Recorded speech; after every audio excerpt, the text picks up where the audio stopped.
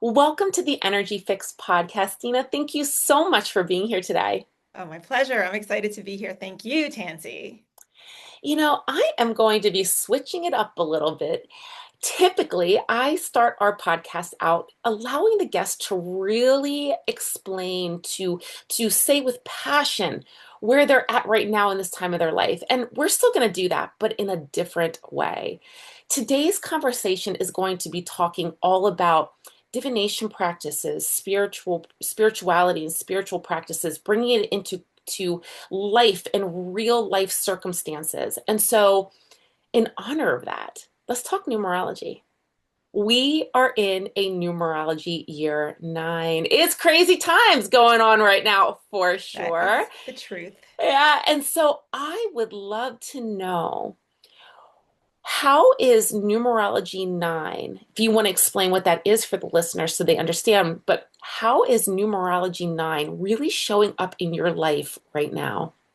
Sure. Well, first of all, thank you so much for that introduction. And I am super excited to just dive in and talk numerology. For those that are maybe not as well versed in what a universal year 9 year is and what numerology is all about, I'm just going to give a quick 411 on that. How we came up with the number 9 for 2025 is we simply add the numbers of the year together. So we can all agree that the entire planet of Earth is in the year 2025. So that's like the whole, like the entire globe is. So that's why we call it a universal year, because all of us here on Earth are in the year 2025. And if you add 20, 2 and 5 together, it equals the number 9. Now, in numerology, each number has a vibration. And like, think about it. Like, even like for your birthdays, like, what was your eighth birthday like, as opposed to what your 15th birthday was like, or your 21st birthday, and things like that. So every year has a different feeling, a different vibration about it. And so in numerology, we mostly look at, for this type of calculation, we look at the numbers 1 through 9. And then the other three numbers that we look at are like the doubles, which we call the master numbers, which would be 11, 22, or 33. So all we're doing is we're adding the four digits up.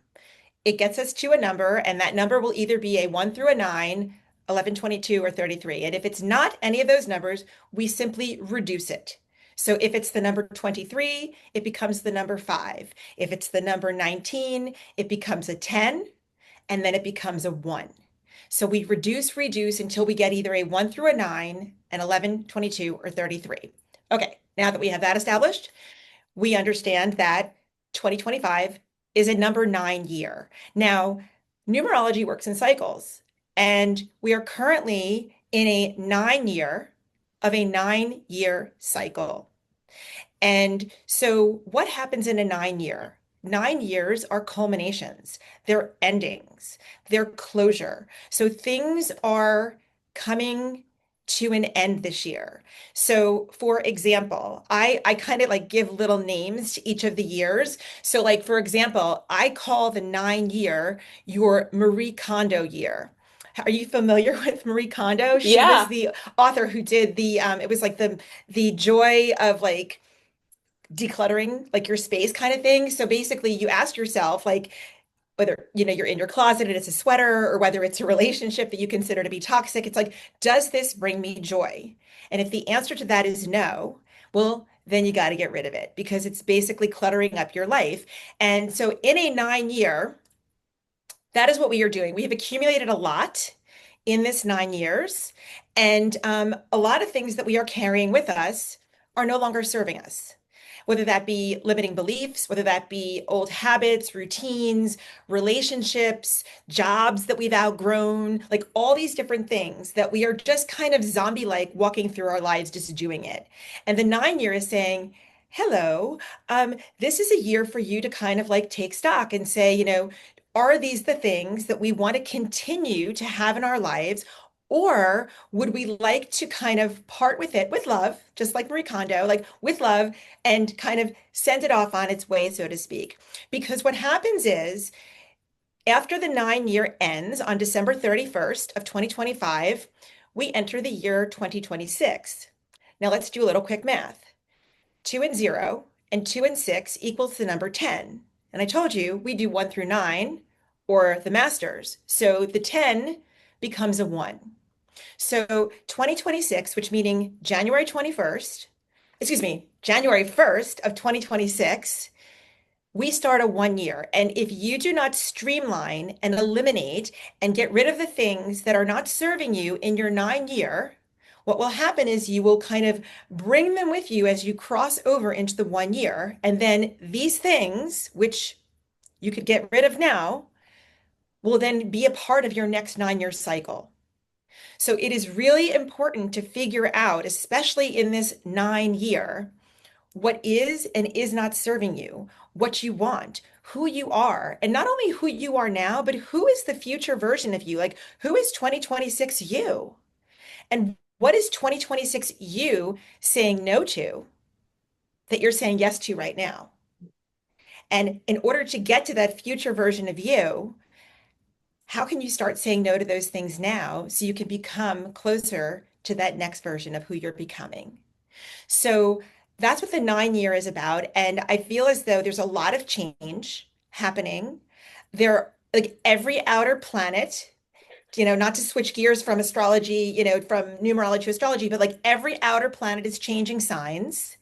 And the world feels a little bit wobbly right now. Everyone's like, WTF, like what's going on kind of thing. And I feel as though just you can't worry about everything because we're trying to do self-care, we're trying to limit our stress.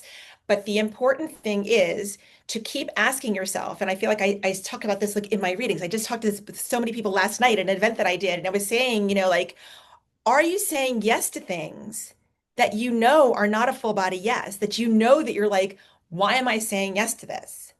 And it was funny. I asked somebody like at the party, I said, what is your favorite thing like in the world? And he said, canceling plans. Like he just loves, he's like, just to like clear his schedule so he can have some free time. And it's like, why don't you just like not say yes to begin with so you can have that free time for yourself kind of thing. So a lot of times we do things and we question like, why are we doing the things that we do? Like, why are we taking care of other people before we're taking care of ourselves?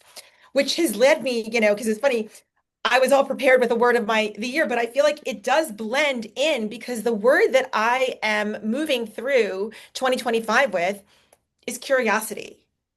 And I am just leaning in to life's mysteries. I am curious and I'm saying yes to the things that are intriguing. That like I consider myself a lifelong learner and I always want to be learning and engaging and be and like meeting new people and leveling up in the world. So I feel as though I am always curious, but I really feel as though in these times when we sometimes feel unsafe, having this motivation just to be curious and just to be open because I feel like it's not judgmental. It's not, I don't have any preconceived notion. What I just have is an openness to what's coming in. And I feel as though that is such a helpful mentality, especially in this number 9 year that we are having. Mm. Yeah. And so, okay, with that curiosity, what part of yourself have you had to revisit or reclaim or even wrestle with a little bit to be able to stay in that curiosity, open, flowing, allowing what needs to flow out and what needs to flow in happen? So, excellent question. And I almost like, I'm not even using curiosity like as a buzzword. I'm not using it as an idea. I am holding curiosity as a superpower. And with that, I am using my superpower of curiosity to be a coach with heart, to write with depth, to parent with wonder, to love with openness, and to live with spirit. And I mean, I feel like that's what your podcast is all about. So I love that you're holding space for that too. But it's not just like this season, it's like it's my superpower. Mm. Yeah. Ooh, I love that. I love that. Well, I'm going to get a little curious here. I Yeah. want to dive into where What brought you to where you're at? I'm curious about the moment that everything just clicked for you on this spiritual path that you've been on.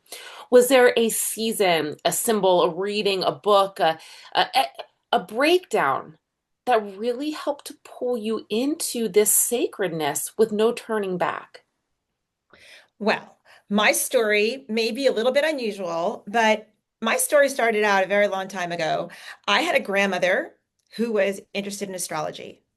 And she was this, I mean, a Taurus. I'm a Taurus too, and very strong woman who gave excellent advice. I mean, everybody sought her out for advice, and she just knew people. And she would talk to me like, "Oh, well, they're a Leo." That would explain the situation. I'm like, well, what does that mean? She's like, well, she would describe somebody, oh, as, they're the Capricorn. And I'm like, what does that mean? Kind of thing. So I started learning from her, like she would describe people as their astrological sign. And I started to look at people, like I would ask them, like, what's your birthday? And then I would kind of be like, oh, well, my grandmother says, kind of this. And then I would watch and then I would observe. So I've always been kind of like interested in people like my whole life. But I would say that and I've always been interested, like I grew up in New Jersey and we used to be not too far from Atlantic City. We would go down to the beach for the day and they would have like palm readers sitting on the boardwalk. And I would say, oh, Mom, I want to get my palm read. And she's like, keep moving. We are not stopping for these people, kind of thing. So like, I really cannot remember a time in my life that I was not interested in this like mysterious, magical tool, this modality, like all of this. I mean, astrology, numerology, I mean, everything interested me. But I would say that what happened was, fast forward a little bit, till I graduated from college, I came back to New York City, which is where I currently live. And I was working, I have a degree in exercise physiology, and I was working at a hotel running they have two gyms. One was a 24-hour gym and one had an Olympic-sized swimming pool. Well, I literally had no idea how to like do the chlorine and the whatever in the pool. And then the 24-hour club, it was like I literally was working insanely crazy hours because I just felt like there was always like you put one finger in like whatever's spouting water and then like another like problem, fires everywhere. And I was working like 90-hour weeks. It was just insane. And I was like, the one thing that I noticed is that people that would leave work, they had a class. And I'm like, this one was leaving work, they'd leave work at 4, but he's like, I have a class, oh, good, oh, we'll see you tomorrow. Whereas I would be like at 8 o'clock at night after getting there at 7 o'clock in the morning, I'm like, okay, I'm out for the night. They're like, half day. I'm like, I got to get myself a class because this work thing is just, it's killing me. So anyway, I fell upon a class that was about tarot. And I was like, you know what? This is it. I'm just going to try this class. So this is kind of what opened the door. I had a job that I was like getting choked at. I like literally could not live on my life. I felt like I had nothing but work in my life. And this tarot like opened a magical door for me. And I was like, wow, I never really knew about tarot. I knew about astrology from my grandmother. And anyway, so I started taking tarot classes. So this was like first I took an intro class, and then I found teachers that were offering classes every Monday night. So they would teach the entire tarot deck over 1 year. And it would be every Monday night from 6 to 9 p.m., with the exception of like 4th of July and Christmas. Like it was like 48 times a year kind of thing. And I went literally every Monday night for 8 years. And I learned, and what they would do is like it was like a rotisserie chicken. Every year they turn the chicken. So this year we're going to talk about tarot from symbolism. This year we're going to talk about tarot from color. This year we're going to talk about tarot from like the titles and the meanings of the titles. And we would dig deep in stuff. And I mean, we went so deep. I mean, I speak two languages. I speak tarot and I speak English. I feel as though there is nothing that will overwhelm me or stump me or scare me in the tarot. When people see it, I'm like, sit down. I will explain that to you, kind of thing. So I became a master of the tarot, but then like tarot weaves in, I mean, numerology weaves in there, and symbolism is woven in there. And there's also astrology, which is I had some experience with astrology, and then I learned about palm reading, and then I learned about oracle cards, and then I started doing Lenormand cards. So I feel like it's like you kind of get like the entry, and then it's kind of like, what's your entry drug? It's like you enter, and then it's like one thing after the other. Like I just feel like I'm so curious and so interested in this. And that's why I feel like curiosity has been the thread that has run through my life. And I feel as why I will always be taking a class. I will always be interested in learning something, whether it be Reiki, whether it be crystals, whether it be about the chakras. Like I'm always interested in learning more because it helps me serve my populations that I work with are just people that are interested in reconnecting with themselves. So I had studied this for a very long time, and then I realized that people were wanting me to go deeper. They wanted to work with me in a different way, and like they wanted me to like explain to them more about like maybe the their about their younger self and about forgiveness and working with their limiting beliefs. And I thought, you know what, I really I don't know that I know enough with just my divination knowledge. And I went back to get a certification in coaching. So I'm now a certified coactive life coach. And I also have my PCC from the International Coaching Federation, which means that I've coached, I don't know, close to like 1,500 hours or 2,000 hours, something like that. And I just have a lot of coaching experience now. And coaching has given me an entirely new set of language and an entirely different approach. So what I can do is I can go in and because what I used to do with my readings is I used to talk to people. I used to just tell them what I saw. I mean, I'm intuitive and I read and I'm good at this, but it was like me just talking at them the whole time. Whereas now it's a conversation and I'm asking questions and I'm digging deeper. And it was funny, like I had one client that I was asking questions, and then he would ask me a question and I would return it back to him with another question. He's like, do you answer every question with a question? And I was like, well, I'm like, you know yourself a whole lot better than I know you. Like, I just met you like half an hour ago, where you've known yourself your whole life. So I feel like I can't give you the answers to everything in your life, but I can certainly put you in a position of giving you a great perspective on it. So I said, I'm trying to set you up. I said, and then we're going to dig in together. But I feel as though my sessions have really evolved. And that's why I went from just doing like parties and events and doing like one-on-one readings every now and again to a much broader way of working with people and connecting with them. So I feel as though it was like bringing my all of my sacred modalities with my coaching skills together. And that has recently, I would say since COVID, maybe like since maybe 21, 22, has really gelled together. So I felt like I had one piece and then I had another piece. And um, COVID kind of was like the snowball that got everything together, which was, it's been great for me. And I really enjoy it. And I feel as though I am able to understand people in a way that like the tarot gives me, the tarot, the numerology, the astrology gives me a whole perspective on them that most coaches don't know how to do.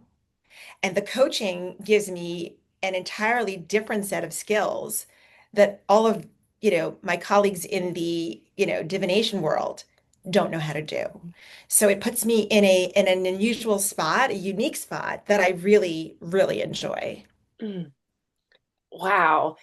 First off, I have to say, of course you're from Jersey because because I've never met a Jersey girl that I haven't liked. So this makes a lot of sense. Yeah. Yeah.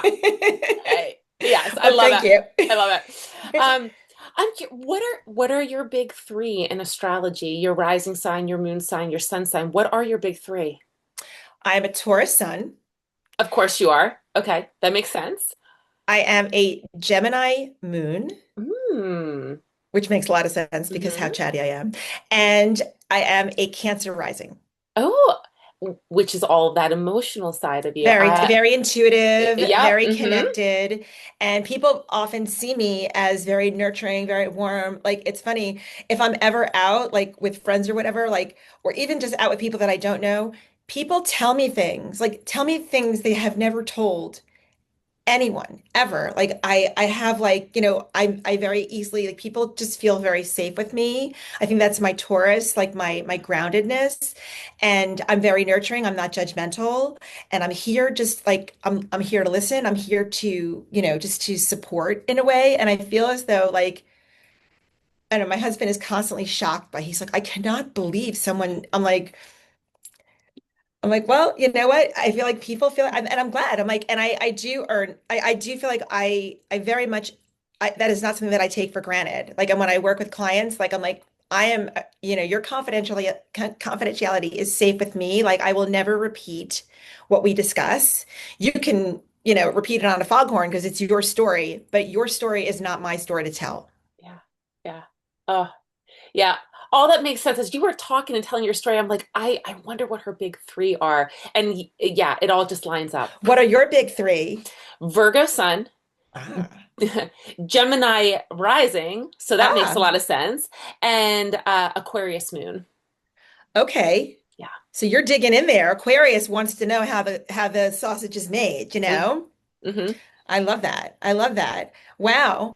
So Yeah. that's really cool. I mean, and how do you use those like because I feel like once you know your big three, like once and I mean, if you know your Venus, if you know your Mercury, like all these things can add to it. It helps you have success in the world because you know your strong points and your Yeah. challenges. Yeah. And so with my Gemini rising, one of my biggest challenges my entire life has been to use my voice and to say what I needed to say and to put myself out there and to do it more unapologetically, right? And so it makes so much sense that as I've started to heal myself over the past however many years, my Gemini rising has really been expanding and I've been able to put myself out there to use my voice to be that conduit. But in the same breath, and this is, and I love this because I get this compliment all the time. My Virgo keeps me grounded. It keeps me grounded, it keeps me organized, it keeps me practical. And I have been told so many times, me being in the spiritual world and being into energy work and crystals and all of that stuff, but yet I'm relatable because people can relate to me. I'm more grounded, practical. I teach, guide, lead people how to do things in a practical way. And Yes. so and so that all makes so much sense. And then of course the Aquarius with the digging in and getting more curious in that sense. So yeah, yeah, And it's also, like Aquarius doesn't care. Like yeah, Aquarius is yeah, like, I'm gonna do it my way. And I feel as though your moon sign is your private self. yeah. And your sun sign is the face you show the world. So you show up like and Virgo is very humble, very hardworking. Like you'll wear every hat. Like you'll do every role. Like you'll scrub the toilets if you need to, but you're Yeah. also, leading the class. You're like, or, in charge of everything. And Gemini, very resourceful, very personable. Like this is a great combination. And but I feel as though Virgo can be very hard on themselves. Oh yeah. They have a Yes. perfectionism tendency. Yeah. And if you can get past that, then there's great success for you. But I feel as though sometimes that voice in your head can be your own worst enemy. Oh, oh, for sure, for sure. And I don't want to go off on too much of a tangent, especially Yeah.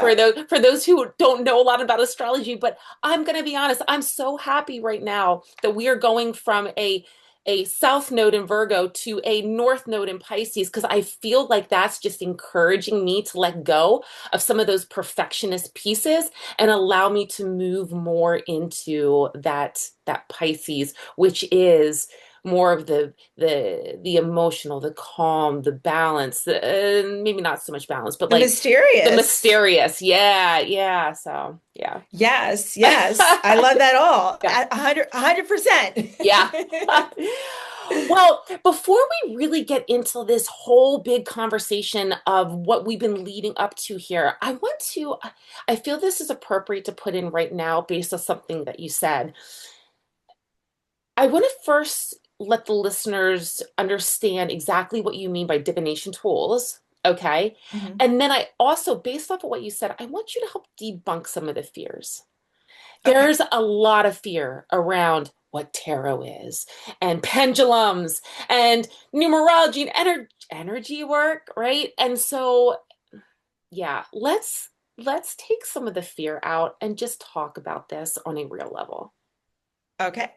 So, first of all, divination tools are like, I guess, like under the umbrella of divination, I would say are all of the things that like it's pendulums, as you mentioned, it's runes, it's astrology, it's numerology, it's tarot, it's oracle cards, it's astrology dice, it's, I mean, all of the things that you might use to divine and working with the divine is like divine is spirit. So it's spirit work. So divination tools are kind of like, I mean, you could call them sacred tools. I mean, but if I feel like if you talk about like tarot is one of the divination tools. Astrology is one of the tools. So I feel like when I say divination, it's kind of like encompassing it all instead of naming each like it's like saying, foreign language instead of naming every single foreign language or music instead of naming every genre of music type, so to speak. And I feel as though how you find the modalities that work best for you is essentially what you are drawn to, like what feels comfortable, what feels safe and interesting to you, because each of working with each of these or even one of these is a commitment. It is not something that you do once and then you know how to do it. Like it's almost like, I mean, honestly, it's like how you do everything. Like if somebody says, you know what, I'm a terrible cook, but I want to be a better cook. Well, what do you do to be a better cook? You cook. You practice and like, sometimes you have not a great experience, but sometimes you're like, yay, I made a really good dish kind of thing. And then you become a really good cook. How do you become a better writer? How do you become a better runner? Like if you want to run the marathon kind of thing, it's like how you become better at anything is by doing the thing. So tarot, which was, I guess, my first love, because my grandmother kind of introduced me to astrology like I don't even know what it was. It just seemed like, she was giving me the recipe, to her chicken soup. I didn't know. But tarot was really the first thing that I chose for me. And it spoke to me, but it was a commitment to learn. The tarot is a deck of 78 cards. And in the deck, there are four suits, just like any normal card deck has four suits. But instead of it being diamonds, hearts, clubs, and spades, the tarot deck is usually a traditional deck I'm talking about, has wands, cups, swords, and pentacles. And each of these four suits represents an element and each of the elements represents either I mean, it does represent a season and it represents an energy that it brings. And each of these suits has an ace through a 10, just like any normal card deck. And then instead of having a jack, queen, and a king, there's a page, a knight, a queen, and a king. So there are 14 of each of the suits. And then there's an additional 22 cards. So the four suits we call the minor arcana, the little secrets, and the 22 additional cards that are the names. They are the emperor, the empress, the magician, um, the hanged man, the death card, the devil card, the sun, like all of the name cards. Those are the major arcana, the big secrets. And the tarot I look at as a mirror for your soul. It is a self-discovery tool. I don't look at it as fortune telling. I feel as though the cards act as mirrors and they reveal insights into our emotions, our beliefs, and our blind spots. So it's about, and some of these card decks like have different themes or whatever. Like one of my first decks was called the Mythic Tarot, and it was based in myth. Whereas some other decks, I mean, the tarot, each of the cards has a picture. So it's art, it's psychology, it's history, it's intuition, and it's also showing us all of these things to enhance our intuition and promote creative thinking and give us new ideas like during times of transition, or it's kind of like just about like, oh, I was thinking about this in a very square way, but maybe this is not a square topic. Maybe I need to see this through a different lens. Maybe I need to see this through like a prism. Maybe I need to see this through a circle. So it's empowering us to find a different perspective. And the card's narrative invites the clients to answer, like, how does this resonate with me right now? What do I see? Like, so I feel like when I am in a tarot reading, I can say, here's what I see. But I want you to put yourself in this card. I want you to tell me what color, what image, what symbol is, the first thing that you notice, what is screaming to you? Because I want to see this through your perspective, because each of these cards is a mirror. And I can tell you what I see in the mirror. I want to know what you see. So I feel like it's a great way to begin to explore yourself, get to know yourself. And the tarot opened something huge in me when I learned what my own personal cards were. And when I learned the meaning of my personal cards, it was, I mean, the only word that I can think of was like validation. It gave my life a validation, a confirmation, like a sense of meaning that I did not have before I knew that. Mm, And it changed everything for me. mm. So I feel like, and I can do that for somebody else with the cards. If you don't know where to look, you don't know how to find these answers. I spent a very long time studying it. And I love to share these things because there are so many secrets. There are so many ways that we can open ourselves up and we don't even know that it's right there. So the tarot is, I mean, the tarot is from like, I don't know, it could be like the 1500s, it could be from earlier, came from Italy. It used to be a game of tarot called karaoke. I mean, it's been around for a very long time and seen many different iterations. And I think that tarot is now getting a resurgence on TikTok. People are, but I'm like, what are these TikTokers doing? Like, do they know the cards, or are they just kind of like throwing stuff out there? And I'm like, I don't know. I don't follow TikTok that closely, so I feel like I don't really have any like favorites. But the tarot opened something up for me, and each of the cards, as I mentioned, have numbers. So that kind of brought numerology to the forefront. And as I mentioned a little bit, the numerology has each number has a vibration. This is the language of numbers that we're talking about with numerology, and it reveals patterns and purpose. So numbers like your life path, your destiny number speak directly to your strengths, your life cycles, your hidden patterns, and they are bridges between the mystical and the practical. So numerology can provide insight into career moves. It can provide insight into relationship timing or clarity around decision making and offer really grounded guidance. So, pairing numerology with tarot, that's, that is, I feel like it's kind of like that commercial with the guy that has holding the chocolate and he walks into somebody holding the peanut butter and like his chocolate got into your peanut butter and you're like, this is really good kind of thing. So it's like both of these are great by themselves, but together it's like a Reese's peanut butter cup. Yeah, well, I mean, everything is energy. Everything's energy. And so I love that you pair together mystical and practical. I mean, this just it soothes my Virgo sun so much. I love that you pair the two together. And I also really enjoy how you describe that it is that tarot cards, I mean, in particular act as mirrors. I mean, really, these divination tools are all about helping to unblock, open up, unlock your subconscious brain so that you can get in there a little bit deeper.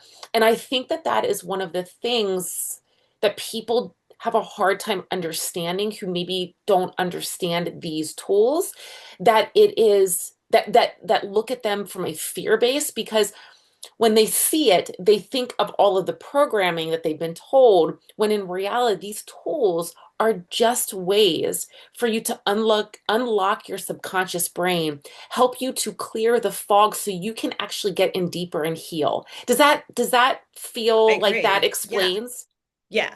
And I do agree that people have like they've been told, from their childhoods, if they're very religious, that this is like the devil's work and that it's never to like, it's gonna bring bad karma or whatever. I don't know what they've been taught. But I mean, I'm not a super religious person. I'm a spiritual person, and I don't look at this as I feel like this has done nothing but enhance my life. This has done nothing but bring me insight and new information and tremendously valuable information. But I am not here to convince someone that they need to believe in something that is against their their grain, that it goes against like anything that feels right to them. So if this feels right to you, it is like there are so many easy ways to start, just to play. Like I created my charms with that in mind. I mean, which is just symbols, and I can show that to you. But I feel as though I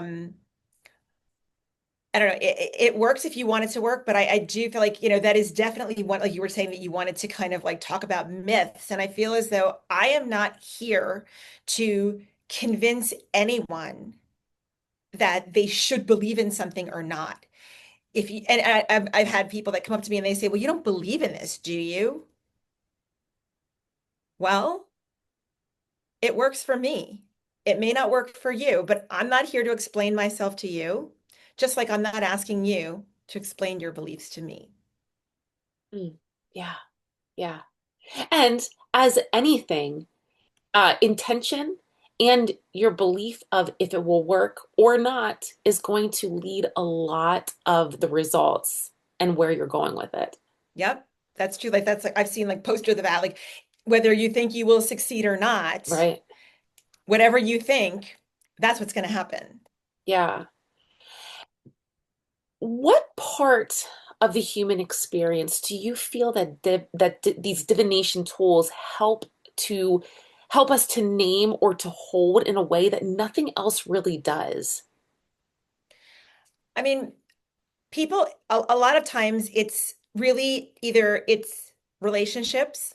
Mm, A lot of times people come and I seem to attract a lot of people that are at a crossroads, that are in crisis. Either they have hit a wall in a relationship, that they either just cannot go to work another day in their job, and or it's like I what I'm seeing a lot, and especially in the programs that I'm working with right now, are women that feel very disconnected to who they are because they have given every single piece of them away, and they're literally like an empty husk. There's nothing left. So people come to me looking for their light, to be honest. And I feel as though we all have a light within us.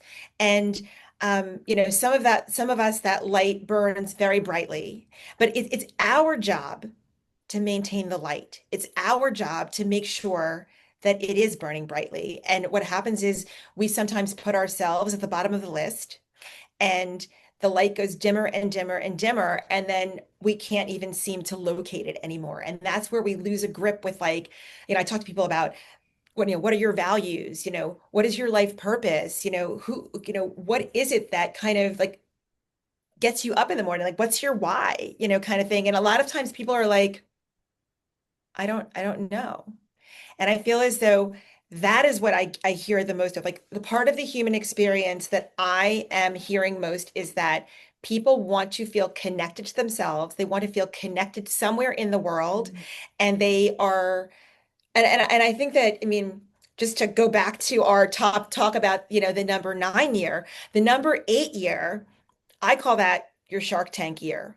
And 2024 was an 8 year. And what happens in Shark Tank? You're like looking for a deal. You want to get the biggest shark. You want to make the most. And what you're doing is you're accumulating, you're gathering stuff up. So I feel as though we spent all of 2024 grinding and pushing and trying to get the most deals and trying to like have the most, And then I feel as though we're like, well, now that we have so much, like, I'm burned out.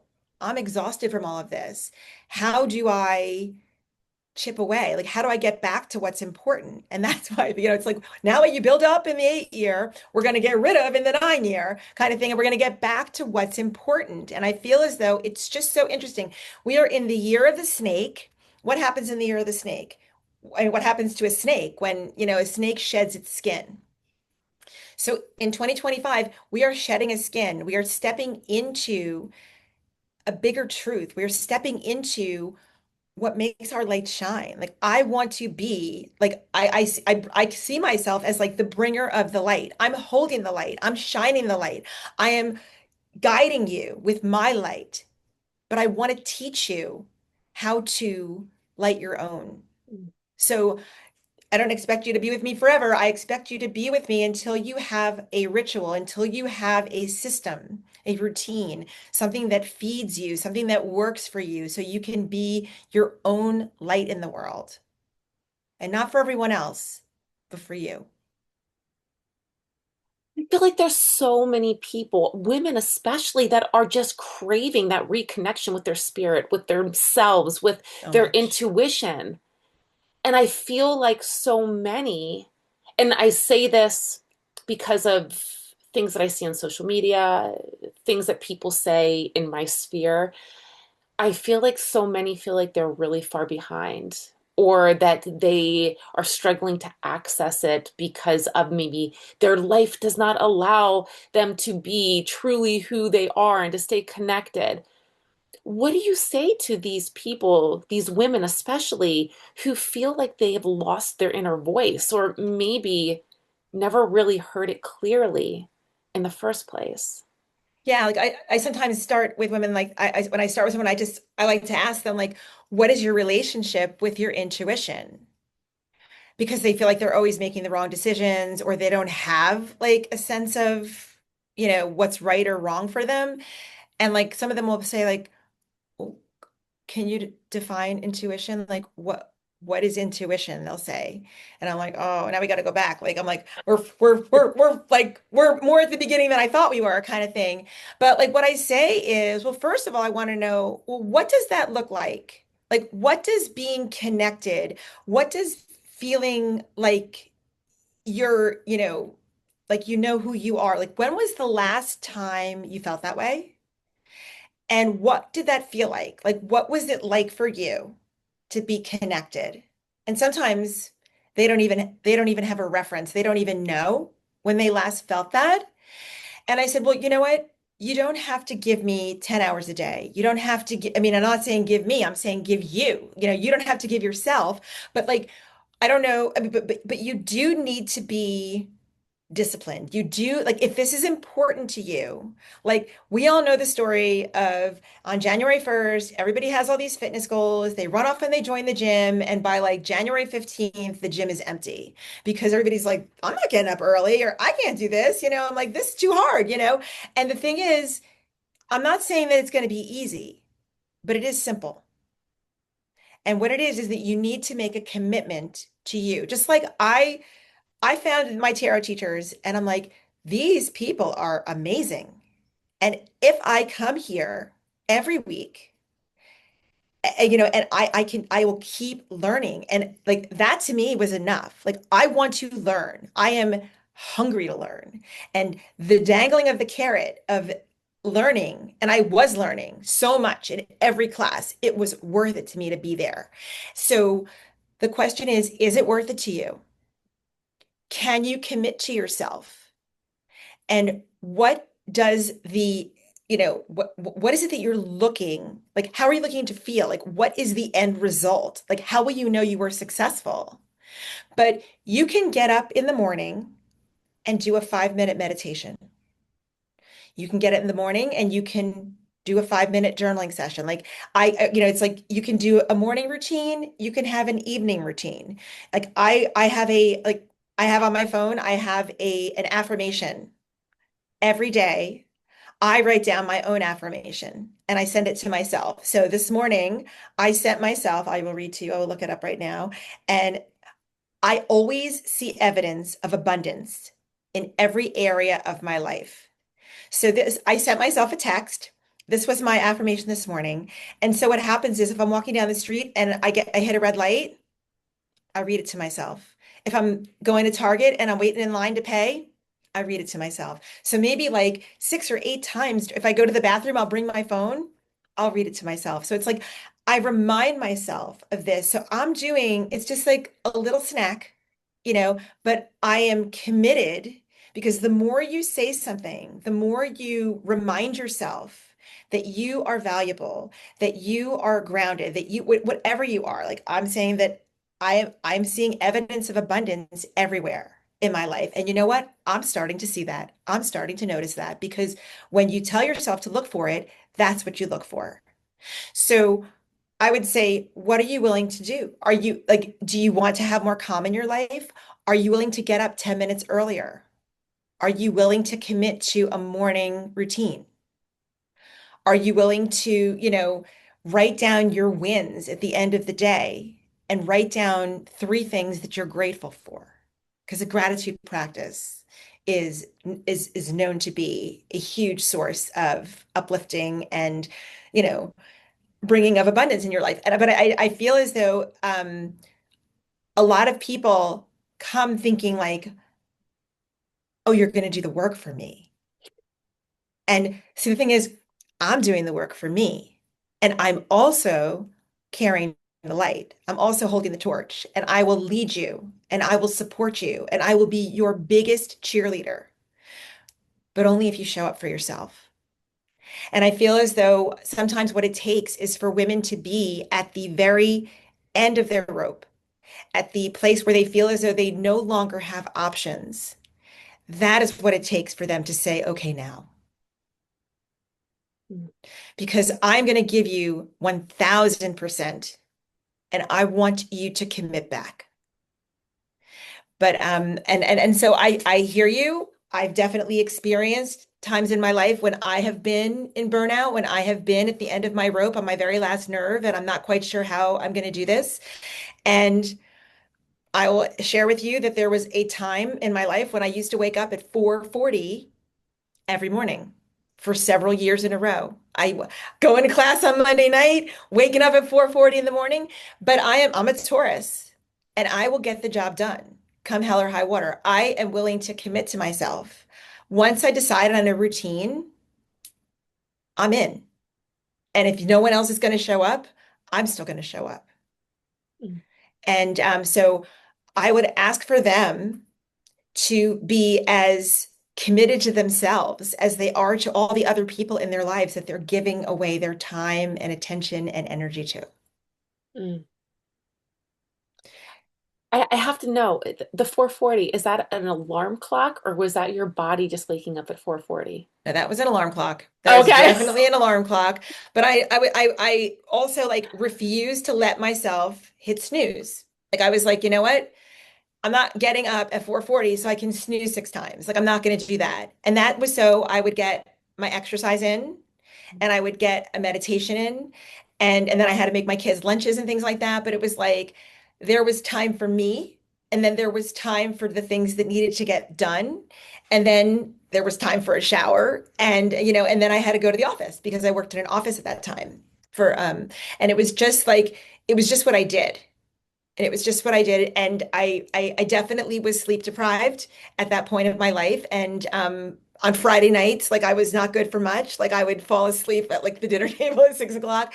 But I felt like it was what I needed to do to find some sort of balance in my life.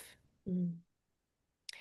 It's all seasons, right? It's all And se we like are that all was in what you need. seasons. That's what you needed at that point.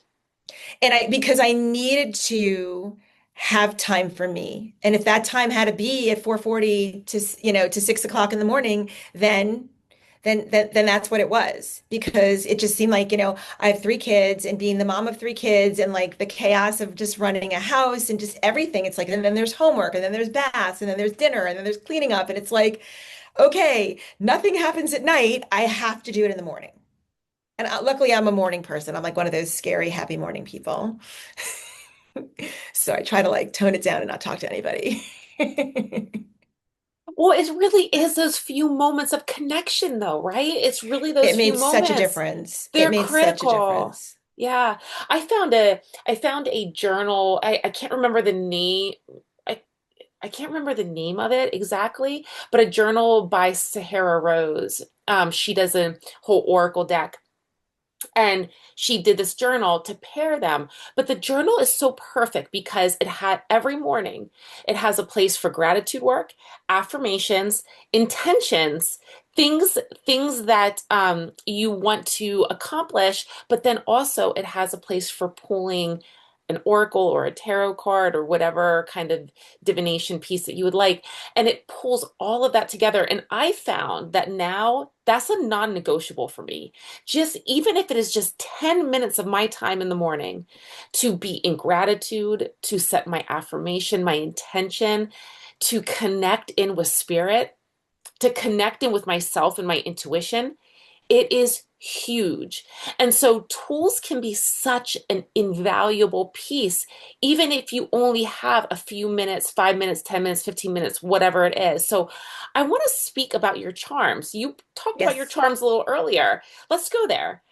And actually, just letting you know that I'm coming out with a charm journal, Yes. and the charms are so. I'll show you. So these are my charms. It's a little charm kit. This one's looks been banged around in my bag a little bit, but basically what it is. So charms, like I don't know if you wear anything around your neck. Like right now, I'm wearing a heart around my neck, but this is my charm kit, and I'll like spin my little computer thing forward. So like for example, this is a ladder. Um, this is a bottle of wine. Uh, this is a dumbbell. And so each of these charms, you can see this is a dumbbell, has this little, like they could hang this around their neck. So I could put this on my neck. That's why I call them charms. So this is a rocking horse. So like each, so I have like 100 charms in here. Like all of these things you've seen before in the world. Like this is a like a skipper's wheel. So everyone has a relationship with these items. So let's would you like to do a charm reading for you? Sure. Okay, so Yeah. how the charms work. So I sell my charm kit. So you can everybody can get their own charm kit, but I also created a journal where I pick a charm, I define the charm, and then I ask questions about the charm. And that's like your, what you're going to work on for the week.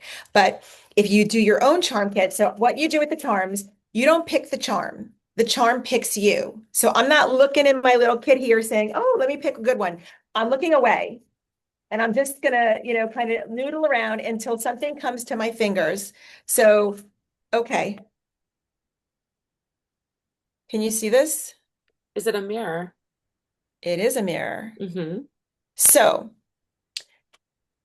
how the charms work is I ask questions, you answer in whatever way feels natural, like whatever is comes to you. Like I have no expectations. I have like you can say anything and I will accept it. The only thing I will not accept is I don't know. So, so the first question is, what is this item? And you said it's a mirror. Oop, I just dropped it on the floor. So it's a mirror. So let me ask you, if I had never in my life seen a mirror before, and you have been chosen to explain to me, like, what is a mirror? What is its purpose, its use, its function in the world? How would you describe a mirror?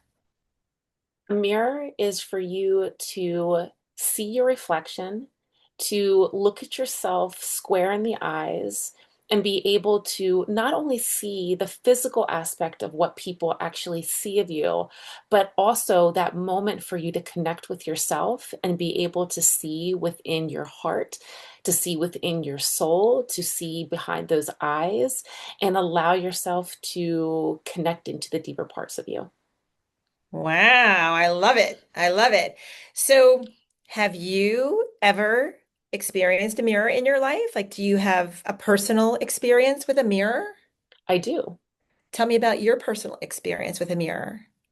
My personal experience is that mirrors and I have had a rocky relationship because for so long, ever since I've been little, I have been very scared of not only looking in the mirror to see my reflection, but what that was going to trigger within me. And so when I would look into a mirror, before I really started to work on some of my own things, I would see not good enough. not worthy.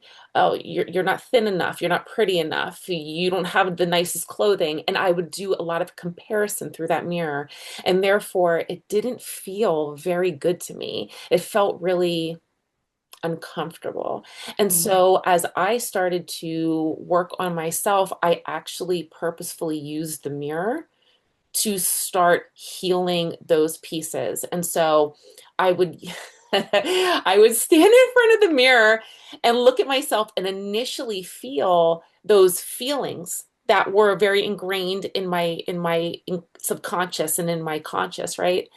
And try to start to flip that script and look at what I actually really did love and did enjoy, and especially during the times that I felt really challenged in just loving myself, I would look at my face in the mirror and just look straight into my eyes to try to see the depth of what was past the human experience that I was having at that time. Wow. So this may sound like a weird question, but let's see. How are you personally like a mirror? Oh, that's not a weird question at all. It's not a weird question at all. And so I and I love this. I love this. Because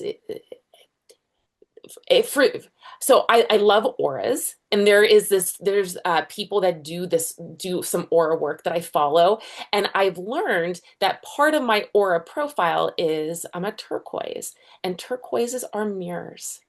They're mirrors for Oh, other people. And when I learned that, I mean, I'm other parts of auras, but that's one of my biggest ones. What I learned, Dina, is yes. that is that I am a mirror for other people. And when I learned that, it all made sense of why I've had so many relationships that would either blow up in my face, or I'd have people be really upset with me, and I would step back and like, I don't know what I did. I have no idea. And what I've learned is that it is really easy for me, and I don't try it necessarily. It's really easy for me to mirror back people's triggers and to mirror back things that maybe don't feel very comfortable for them. And me doing this innocently, not even really being aware of what's happening, um, I can tend to trigger people. And again, like Interesting. that feels really sad to me when I say that out loud. But the reality is that the depth of who I am is actually trying to heal other people through being their mirror and encouraging them to heal themselves. So it's coming from a place of love. Yes, yeah. Because honestly, like the majority of the time, there's sometimes I'm like, oh, you know what? I can easily mirror this back. But the majority, I would say 99% of the time, I have no idea that I'm doing it. It just naturally happens. So interesting. So now we're getting somewhere. So the last question I have for you is, so this mirror came here today with the exclusive interest and intention of giving you a message. And this message is only for you, Miss Turquoise. And I want to know what message, and it can fit on a fortune cookie. It doesn't have to be like a big, long book. I mean, it can be short or long, whatever works for you. What is it? If this mirror could talk and it had advice or a message or like a secret, sacred tool of a missive, a golden nugget to share with you, what would it say to you? That's very easy. Face your damn fears and turn the mirror back and look at yourself a little bit closer and a little bit deeper. And so when you pulled the mirror, honestly, Dean, like I am not surprised that that's what you pulled. That's so And funny. and This that happens all the time. I can't tell I, you. I'm not surprised because like literally, what is today? We're recording this on a Thursday. Yesterday on a Wednesday, I had I in part of my own like inner work stuff that I was doing in the morning, I literally saw a mirror come up. And I had that intuitive hit of like, okay, you need to turn the mirror within yourself. And it's time, it's like let's look a little deeper of what needs to be released, what needs to be let go. I'm not surprised you got that mirror because I feel that I've been being called for that. So thank And you're you. here to face your fears. And Yeah. so I love that. And that's your message. So this is like, so charms, like and that's the thing, like I don't give, see, all I did was ask questions. You gave yourself, and this is how the charms work. It's like you pull a charm and you get the meaning from it. And it's funny. Like I had one woman, she pulled an owl, and then she got this like freaked out look on her face, and then she pulled up her sleeve, and there was a huge owl tattooed on her arm. I was like, why don't you tell me about the owl? Because clearly you like it enough to get it tattooed on your arm, kind of thing. So it's like a lot of times people pull things and they get a message, or like they, it's like I've had people be like, I know what that is. We're good, kind of thing. I'm like, okay, kind of thing. But it's like you can do this. Like you can pull, like, so I mean, and there are things in here like here's an umbrella. It's funny. I did a reading. A girl pulled. She was asking me about love, and the charm she pulled was this umbrella. And when she pulled this umbrella, she literally like wanted to cry. Like I could see her face. Like she was emotional. And I said to her, "What is this umbrella? Like what? Like because she was like, when am I going to find love? I keep just kissing frogs and da, da, da." And anyway, she said, "Have you ever seen the show How I Met Your Mother?" And I haven't really, I don't know if you've seen it, but anyway, how they met was because I think one of them left an umbrella at the restaurant and came back to get it. And that's where they met. And she kept on saying, how am I going to meet this person? When am I going to meet this person? And when she pulled this, she's like, oh. And I kept on telling her, let it be organic. It has to just happen. You can't like plan it. And she's like in How I Met Your Mother. She's like, can I keep this? She's like, this is so meaningful to me. And I'm thinking, it's so funny. Like, I wouldn't think that an umbrella could have such meaning, but to her it did. And I feel as though people pull charms all the time and that's why each of these symbols, everybody has a story. Like you have a story with the mirror. She had a story with the umbrella. Like the other girl had the story with the owl. You get the charm you're meant to pull, and the message comes through because you know what it means for Mm, you. And I feel as though that's why the charms to me are the most magical because I can do this with a 5-year-old.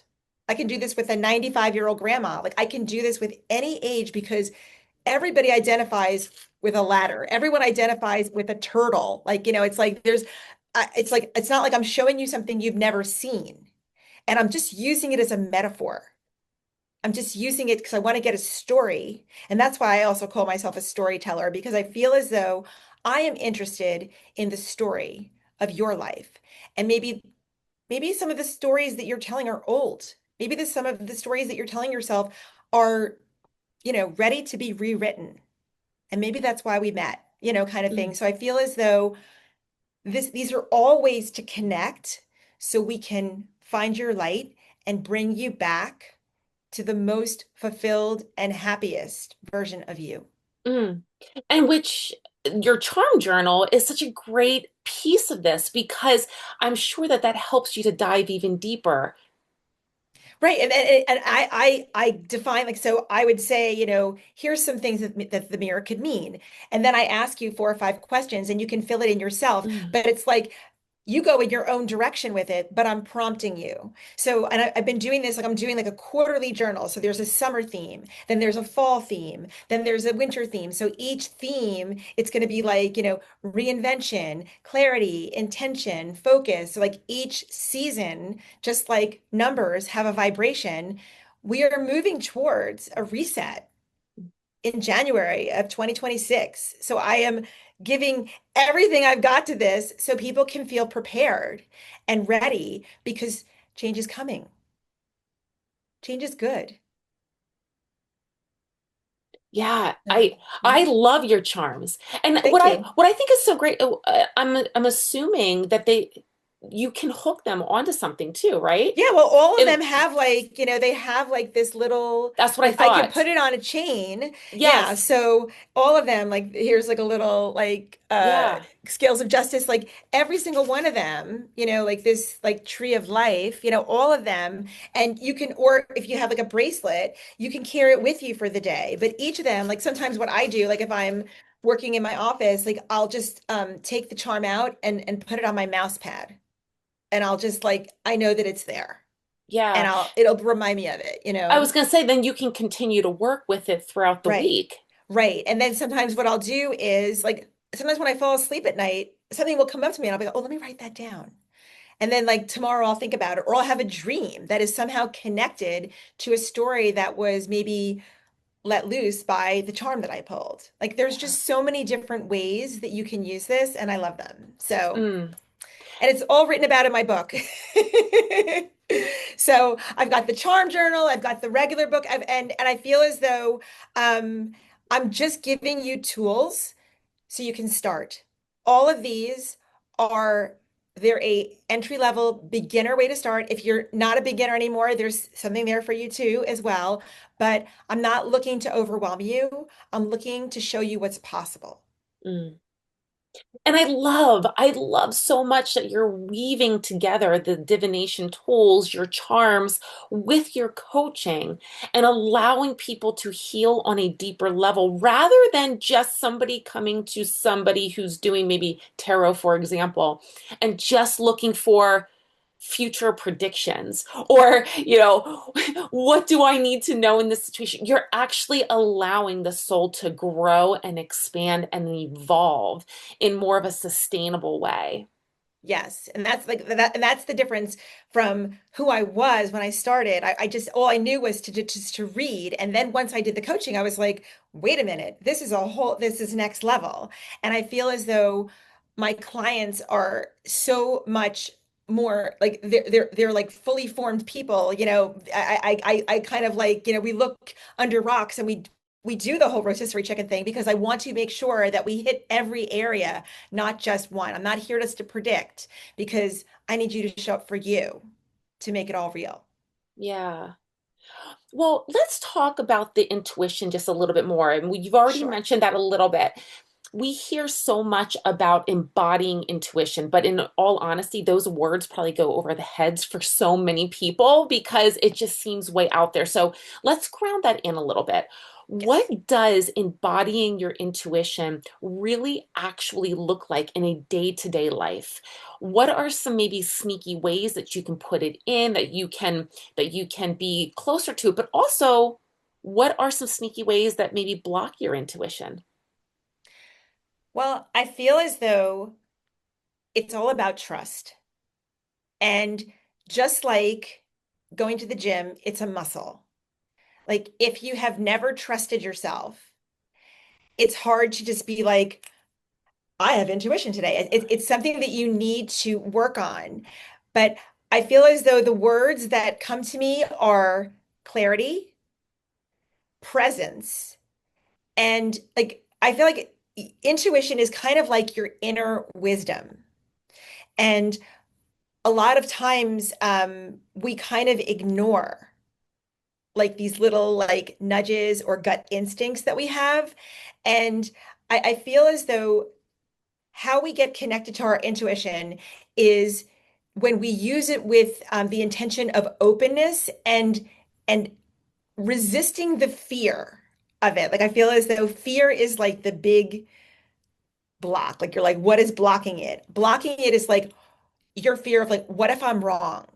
Or what if I make the wrong decision? And have you heard of the acronym FAIL, FAIL? It's like first attempt in trying kind of thing. It's like I am a big believer that either we win or we learn. There is no failure because all you're going to do is do better the next time. Just kind of like how I was mentioning in the beginning, it's like, how do you become a better writer? How do you become a better runner? How do you become a better anything? You have to keep doing the thing. So, how do you build your intuition? You have to start trusting your intuition. So, and I feel as though you can use these tools, or what you can do is focus on like what is an outcome that you would like to happen. Like, what it can be something like silly in the beginning, like I want to choose the fastest aisle in the supermarket. So I want to check out first. It's like sometimes you're like, oh, should I get behind this person? I get behind this person. And then like we always tend to pick the I always get stuck behind the slower person, kind of thing. But it's like trust yourself. Like look at how many, look at, to kind of like take stock. How many items are these people buying? How quick does the cashier look like she's moving, kind of thing. And just trust your intuition and pick a line. Or, just trust, like I feel as like you have to keep practicing. So I feel like how do you get your intuition? It's like curiosity meets clarity and connection with your heart. That's the magic. You have to connect with your heart. You have to feel it because your intuition is a feeling. And if you are not connected to that feeling, then you will never establish that trust. And I'm a believer that we either come from a place of love or we come from a place of fear. And there's a lot of fear in the world already. Like, how about we try loving yourself? How about we try giving yourself some grace, some compassion, some some extra rope and see what happens from there? And I feel I love all that. But I also feel that some people struggle with hearing their intuition and being connected to that because they are collecting so much that's not theirs, so much energy that's not theirs. It's just clouding their intuitive knowing. And so I would love to know on a personal level, what is one non-negotiable practice that you do to help clear away some of that junk, the stuff that you've picked up, and allow you to really stay connected into this intuitive embodiment that we just talked about? Well, I do a bunch of things. I mean, well, I meditate every morning and I need to be in quiet. And so I feel as though you have to quiet all the noise. If you are constantly like, think about it, like when you're in traffic, it gets like confusing, or when there's static in the TV, like you're like, it's kind of like it's so distracting. So there has to be quiet. So I really prefer to start my day with quiet. But if that's not possible, because of, I live with other people and most of them are noisy. And I do have a dog that is, quite demanding. So I feel as though sometimes I just got to take the dog for a walk. But as soon as possible, I sit down and I do a few things. I have a quiet moment. I go through a tapping, like, and depending on kind of like what's going on for the day. But usually it's about, moving through the day with positivity, being open to what's coming in, um, just like confidence or inviting in abundance, or like it depends on what's going on with me. But it's always a positive tapping. And it's usually like maybe like 5 to 7 minutes. It's not long, but I find that tapping is so grounding. And then once I've had that quiet moment in that tapping, then I take out my journal. And sometimes I write for a long time. Sometimes I don't write for a long time. Sometimes I'll just, depending if there's like a full moon, or like if there's an event going on that I'm like, you know what, I'm going to journal on the theme of this moon, or I'm going to journal on the theme of this astrological transit that's happening right now and how it's affecting me. So that's kind of how I start my day and kind of keep myself centered. And then I pull a tarot card and a charm every day. So that's kind of like it guides me through. But when I do like events, or if I work with clients, I do like, I do a meditation and breathing before I start. I kind of like clear my space, and I kind of I ask to have a bubble put around me. So like whatever, like I'm not absorbing whatever is going on there. Like this is like their reading that I'm showing up for, but I'm not here to absorb, any negativity or bad auras that are coming in. And usually then what I do afterwards is either I'll sage, or if I don't have the accessibility to sage or like sage spray, what I'll do is I'll literally I'll get down on my hands and knees on the floor, and I'll just say my name. I'm like coming back to me, I'll just say my name and take a few deep breaths. And then I'm like, okay, I feel kind of like, and then shake it off a little bit. So it depends kind of what I'm doing. But sometimes I just feel like if I feel very overwhelmed, I might need more than 5 minutes of silence, or I just might need to like separate myself and go for a walk by myself. in nature. Like it depends what's happening, but you have to have alone time. You have to be with yourself and you have to embrace that. Do you Yeah. have a practice? Do you, I what is your yeah, practice? yeah, I do, but mine is very like you. Mine varies depending on what's happening. And so I will do a 5 to 10 minute connection in the morning. One of the things that has really helped me, and I do this as much as I can think of, as much as I always do this after sessions, or after large groups of people that I've been around, is I take a moment and I just close my eyes and I say out loud, I'm calling back all parts of me, Oh, I calling love back that. all parts of my soul, all parts of me, all parts of my energy, because especially if you are more empathic, I love or that. you are really tapped into a lot of people, it is so easy to allow your energy to disperse out and connect in and kind of get lost. And so allowing that time to just purposefully call everything back, and I'll tell you, it feels like a lightning onto my soul. Like I feel lighter after I'm done. The other thing that I'll do too is I'll take my hand, almost like, I'm a Gen Xer, and so I grew up going to school when there were still chalkboards and the erasers to get all the chalk off of the chalkboard. And so I envision a chalkboard in front of me, and I will say, I'm clearing all cords, attachments, hooks, anything that is not mine. And I will literally take my hand like an eraser and wipe the board in front of me, and I just then wash it off. And so that for me feels as well like I'm cutting the cords that need to be cut. I'm releasing the energy that's not mine. And then I call back all parts of me after that. Those are two of the things that I have found to be super helpful. I'll also take a tuning fork as well. I might run a tuning fork or sound bowl around me. It just kind of depends, again, where I'm at, what I'm doing, and what makes sense at that time. See all these tools. There Yeah. are so many great tools and like no one is better than the other. It's just what you need right now. Yeah.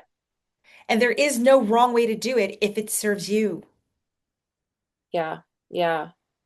What would you say, Dina, might be one of the first tools or rituals for somebody to start their journey if they're trying to get more into this devotional side and step into this deeper knowing and understanding of themselves? Well, I mean, if they are interested in learning a modality, like, because you could do the work by yourself. I mean, you could do meditation work, you could do just journaling. I mean, you could do, they have, a lot of like the Course of Miracles. I mean, they have a whole lot of different ways that you can just travel to yourself. But if you are interested in learning like the charms or the tarot, I mean, I would not, astrology is very complicated and it's a huge time investment.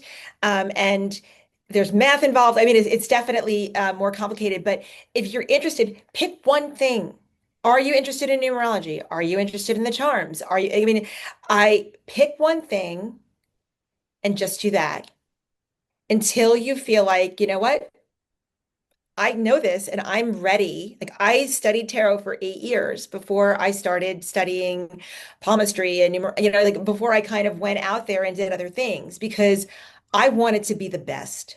I wanted to know everything and I wasn't going to leave any stone unturned until I was ready to go because now like just like I got my divination confirmation of what I knew, then I'm like, now I'm going to add coaching.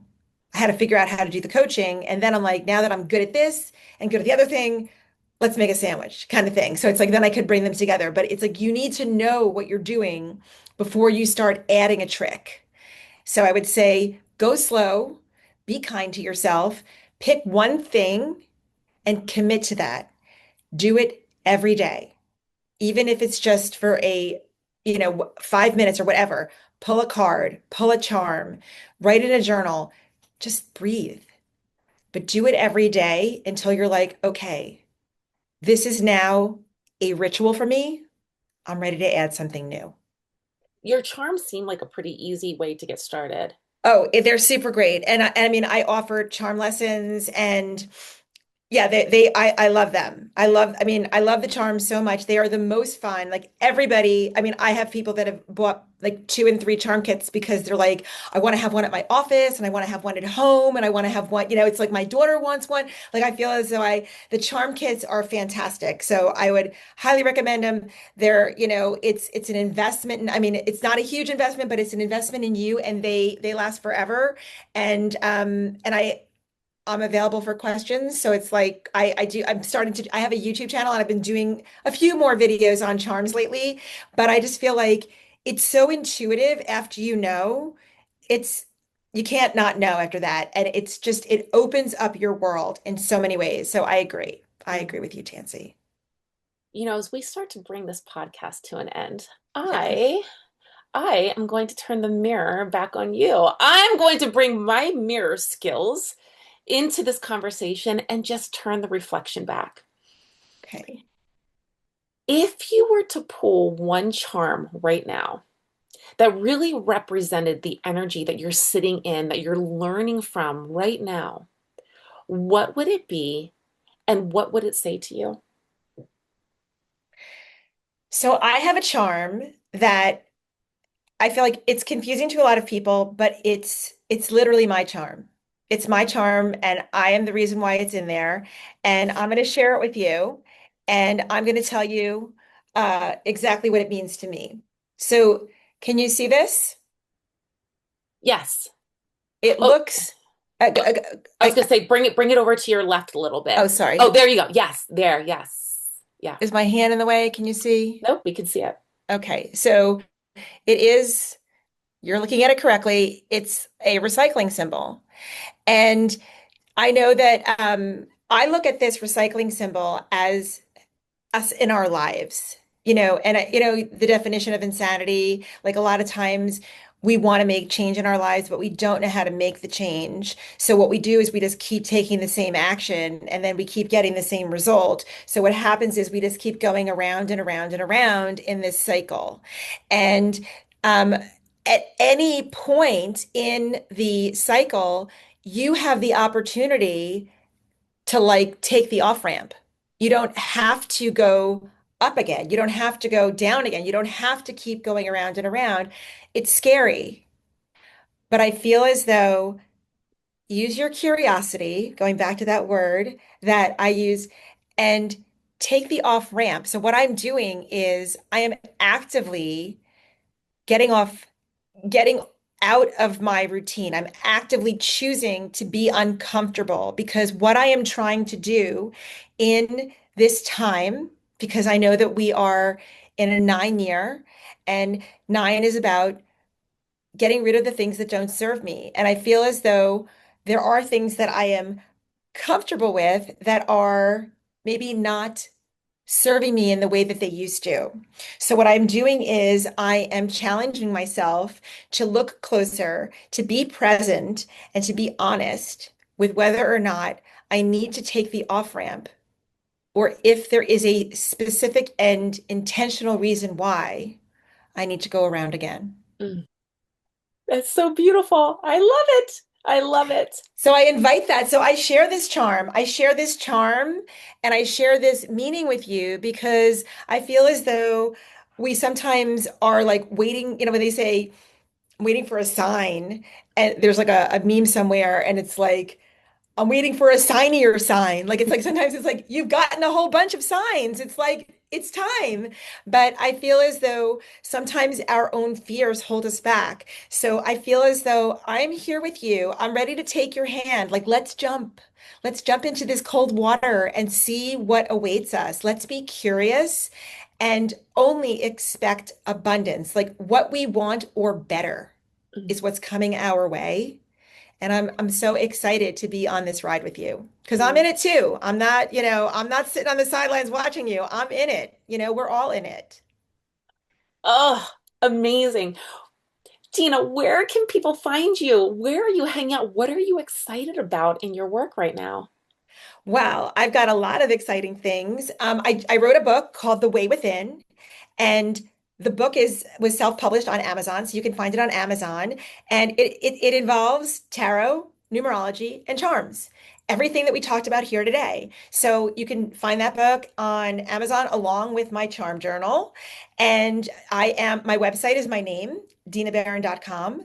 I also have a YouTube channel, which is also my name, where I do videos about tarot and all types of divination type things like this we talked about. And on Instagram, I am also at Dina Berrin. I post a lot and just kind of share, cards that I pulled, events that I've been at, and I'm available for individual sessions, for packages, for coaching, I have a year-long program that I call my alignment to the way within. And what we do is we get you in alignment with who you are. And and I also have a shorter program, which I call the Happiness Reset, which is a mix of coaching tools, sacred tools, and inner work, which we dig into limiting to beliefs, forgiveness, inner child work, healing modalities, and somatic work, just trying to get to the heart of the matter so we can find your inner light again. Mm. So that is my work. I just want to introduce you back to yourself so you can live the most fulfilling, happy, and, most abundant life possible. And as always, all of those links are down in the show notes, so make sure you get on down there and get into Dina's world. Dina, this was a fantastic conversation. I love talking all things mystical, divination, spiritual, and also practicality and how to bring it into the everyday.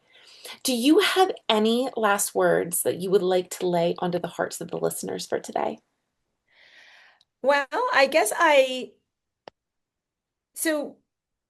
I guess what I would want to think is you are your own North Star. And it's easy to look outside ourselves for answers, for inspiration, or permission. But the real magic lives within you. It's your own inner compass that's guiding you. So you've got the wisdom, you've got the creativity, and the instincts are already within you. So through curiosity, a simple charm, a tarot card, a number, you're activating what's already there. So I want you just to think about, I'm going to maybe leave one, maybe like little journal prompty kind of question, just say, what small spark of joy? I'm asking you to tell yourself this. What small spark of joy can I lean into right now? That is amazing. Thank you so much for being here. Thank you so much for this work. Thank you so much for being vulnerable and sharing your passion and your heart. I appreciate you. Thank you. I appreciate you so much. Keep doing your work, Tansy. You are such a light. You really are.